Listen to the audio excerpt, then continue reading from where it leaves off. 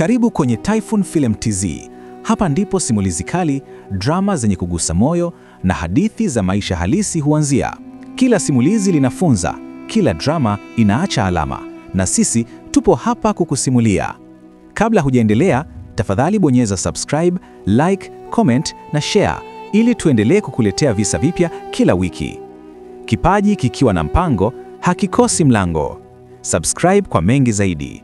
Sasa tuanze simulizi letu la leo.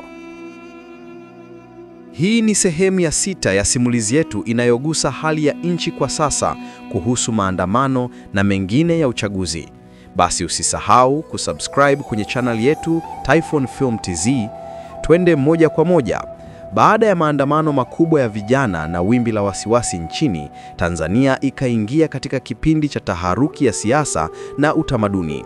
Humphrey Polepole bado hakujulikana mahali alipo. Mahakama ilitoa uamuzi ulioonekana kupuuza sauti yake, lakini taifa likawa na hisia ya kwamba harakati kutoka kwake hazitaisha. Uchaguzi na kuapishwa kwa rais. Mnamo tarehe 29 Oktoba 2025, nchi ilifanya uchaguzi mkuu ambapo kabla ya matokeo, watawala wakuu wa upinzani walikuwa wengi wametengwa au kutolewa nafasi ya kuwania. Samia Suluhu Hassan, aliyekuwa rais tangu 2021, alitangazwa mshindi kwa uwazi mdogo wa ushindani, akipata takriban 98% ya kura kama ilivyoripotiwa. Kuapishwa kwake kilifanyika kwenye sherehe ya kitaifa, lakini mazingira ya upya wa uongozi yalijazwa na mashaka ya kidemokrasia, jambo lililozidisha hofu na harakati za watu kutoamini matazo ya utawala. Maandamano ya tarehe 29 na madhara. Siku ya uchaguzi hiyo, mitaa ya Dar es Salaam na miji mingine ilipasuka kwa maandamano makubwa. Watoto wa vijiji, vijana na walihisi kutengwa na mfumo walirusha kelele. Polisi na jeshi walitumiwa kuzuia mikusanyiko. Mkondo wa akili na sauti uliwezaliwa na uvamizi wa wenye mamlaka.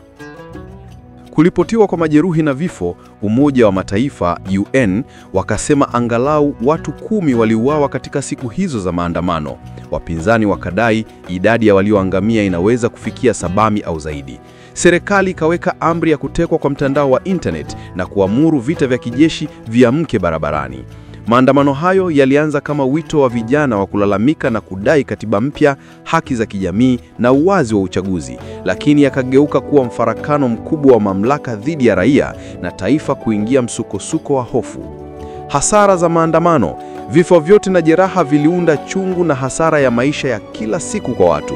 Mifumo ya kijamii na kiuchumi ilikumbwa na kubwagika. Baadhi ya vijana walipata hatari ya kukamatwa au kupoteza ajira. Kwa serikali na utawala, maandamano hayo yalionyesha jinsi ukimya wa watu unaweza kuwa tisho na kuleta mgogoro wa kudumu wa imani.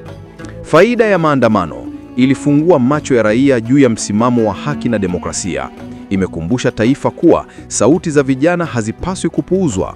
Imelazimisha dunia ya kimataifa kuangalia kile kinachoendelea ndani ya nchi. Hali ya taifa na kesi ya Polepole. Mahakama bado inaendelea na rufaa ya kesi ya Polepole, familia yake ikiwa kwenye imani ya kupata jibu, huku serikali ikiendelea kukataa kutoa wazi taarifa. Nchi imeingia kwenye mwelekeo wa kujiuliza, je, utawala unaweza kuendelea bila uwazi? Je, sauti ya mtu mmoja inaweza kusimama mbele ya utawala mkubwa? Maandamano ya wanafunzi na vijana wamesema wataendelea, na ukweli wa kesi ya Polepole umejenga msingi wa harakati ya sauti isiyoisha. Simulizi ya Polepole inaonyesha kuwa demokrasia haishi tu kwenye kura, ni kwa kuona haki ikitetewa, sauti ikisikika na kila mtu akiweza kujiamini kuwa hakuna anayepotea bila kusikia. Katika taifa ambapo sauti ya mmoja inanyamazishwa, kizazi kipya kinahitaji kukumbuka, uhuru wa kweli unajengwa si kwa woga, bali kwa umoja na ukweli uliolazimisha uwazi. Usisahau kusubscribe kwenye channel yetu pendwa Typhoon Film TZ. Asante.